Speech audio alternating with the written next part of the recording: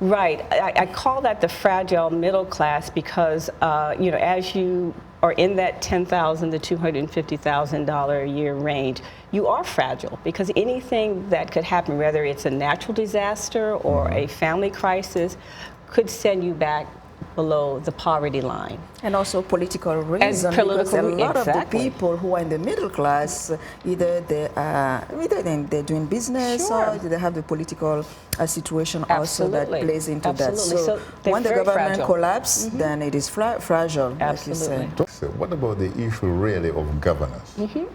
If you look at what's happening in Cameroon today, you look at what's happening in Angola, you certainly look at what's happening with DRC, whether or not there's going to be an election or not. You can't call them democracy, obviously. I didn't call them democracy. But, no, of course, I see what you mean. But then someone might ask you, how come you left out, for example, Congo-Brazzaville?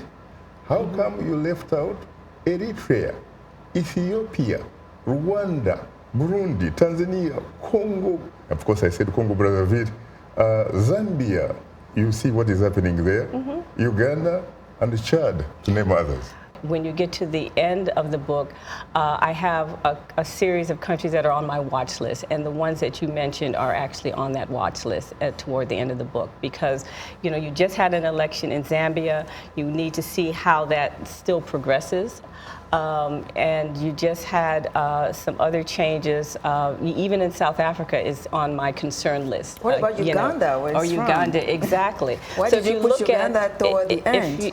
No, it's a list of things that are countries that are on my watch list. Okay. I think thanks to God, South Africa still has strong institutions, including an independent judiciary. Which you probably wouldn't really assign to some of these countries. But I mean, the problem is that we have I'm sorry to say that, but we have a dying political class in those countries. You know, it's there are people who have been there for so many years, and there haven't been very much of innovation when you refer to those specific countries you're talking about. And so we need a boost, economic boost, and I usually refer to it like we need the economic Viagra in Africa. We don't need leaders who are taking Viagra, but we need economic Viagra. So leaders who are there to really boost the economy. And like the CEO of Alibaba say, when you turn 50, between 50 and 60, you have to invest in the youth. And that's lacking a lot. And the youth actually is needed for the economic growth, for economic development, and they are the power for tomorrow.